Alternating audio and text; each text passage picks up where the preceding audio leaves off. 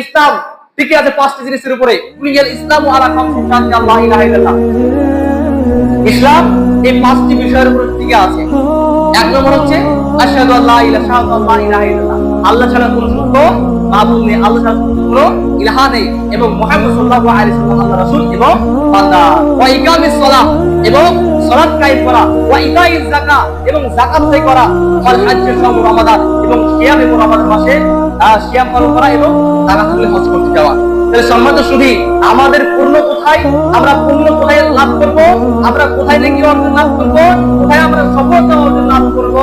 ওয়া ইকামিস সালাহ, যখন আপনি সালাত আদায় করবেন, ওয়া ইতাইজ যাকাত, এবং যাকাত আদায় করবেন, তখন আপনি পূর্ণতা লাভ করবেন। যতদিন আপনি পূর্ণতা লাভ করতে পারবেন না। এই ইসলাম টিকে আছে পাঁচটি জিনিসের উপরে। কুলিয়াল ইসলামু আলা খামসিন শাহাদাতি আল্লা ইলাহা ইল্লাল্লাহ। ইসলাম এই পাঁচটি বিষয়ের উপর টিকে আছে।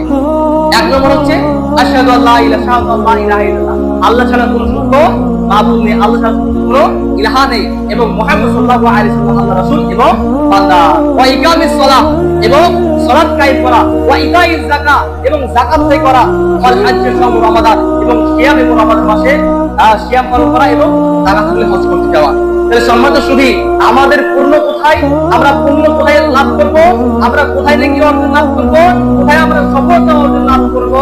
ওয়া ইকামিস সালাহ, যখন আপনি সালাত আদায় করবেন, ওয়া ইতাইজ যাকাত, এবং যাকাত আদায় করবেন, তখন আপনি পূর্ণতা লাভ করবেন। যতদিন আপনি পূর্ণতা লাভ করতে পারবেন না।